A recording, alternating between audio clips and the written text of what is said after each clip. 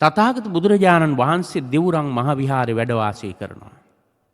ඒ වැඩ වාසය කරන කාලයේදී අනුරුද්ධ මහරහතන් වහන්සේ උන්වහන්සේට ඥාතීන්ගෙන් ආරාධනාවක් ලැබෙනවා. ඒ ඥාතීන් ශාක්‍ය වංශික ඥාතීන්. බුදුරජාණන් වහන්සේගේ බාප්පගේ පුතා තමයි අනුරුද්ධ හාමුදුරුවෝ.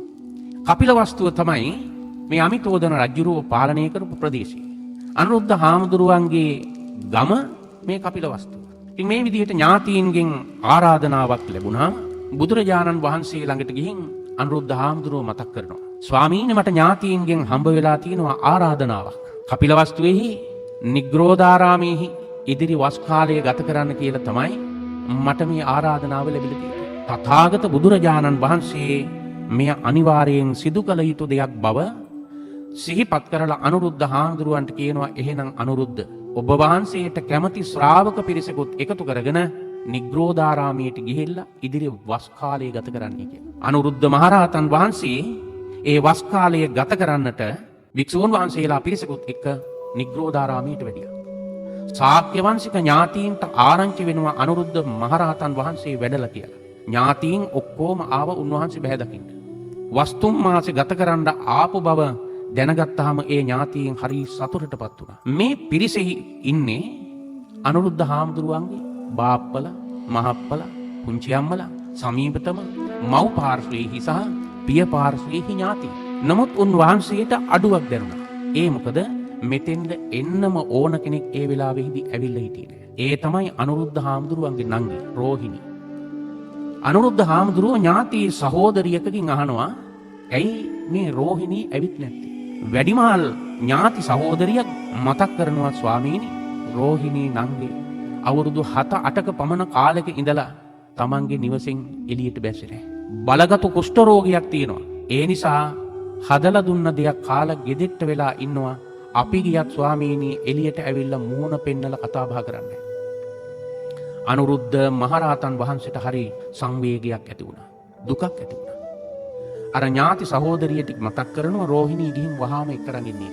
උන්වහන්සේ දැක්ක විතරයි දෑසින් කඳුළු රූරා වැටෙමින් උන්වහන්සේට දුක කිව්වා. අනුරුද්ධ මහරහතන් වහන්සේ ඔබගේ ඔය රෝගය හොඳ වෙනකන් මම මේ පන්සලෙන් යන්නේ නෑ කියලා එතුමිය තුල ආත්ම විශ්වාසයක් ඇති කළා. හෙට ඉඳලා මේ පන්සලේ වස්වසනවා මම. හෙට උදේ ඉඳලා මේ පන්සලට උණු පැන් සිසිල් පැන් අපට ලබලා දෙන්න. ඒ වගේම මලු පෙත්මන් පිරිසිදු කරන්න.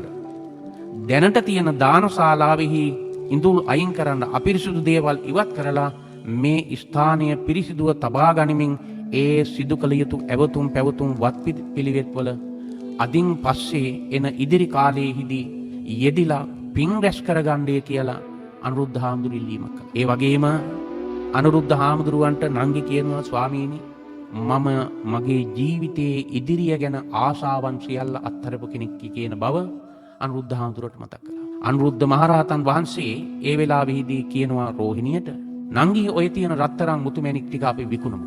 මේ නිග්‍රෝධාරාමයේහි ස්වාමින් වහන්සේලාට දාන වළඳන්න දානශාලාවක්. අපි දානශාලාවක් හදමු කියලා නංගිට මතක් කළහන් එතුමිය කැමති වෙනවා. දින කීපයකට පස්සේ අර තිබුණු රත්තරන් මුතුමැණික් ටික ඔක්කොම විකුණා. මුදල් කළා. නිර්මාණ ශිල්පීන් ගෙනල්ලා අනුරුද්ධ හාමුදුරුවෝ නියම කළා මේ ස්ථානයේ මේ විදිහට දානශාලාවක් හදන්න කියලා. දැන් ලහි ලහියේ නිර්මාණ ශිල්පීහු වැඩ. රෝහිණිත් උදෑසනට එනවා. ඇවිත් අර ඇවතුම් පැවතුම් වල නිරත වෙනවා. වත් පිළිවෙත් වල නිරත වෙනවා. උණු පැන් සිසිල් පැන් සම්පාදනය කරනවා. ඉඳුල් අපවිත්‍ර දෑ ඉවත් කරනවා. මේ විදිහට මේ 3 මාසයේ පුරාම රෝහිණී යෙදිලා හිටියා. අර මුලින් තිබුණු රෝගී තත්ත්වය ක්‍රමක්‍රමයෙන් අවම තත්ත්වයටපත් වුණා.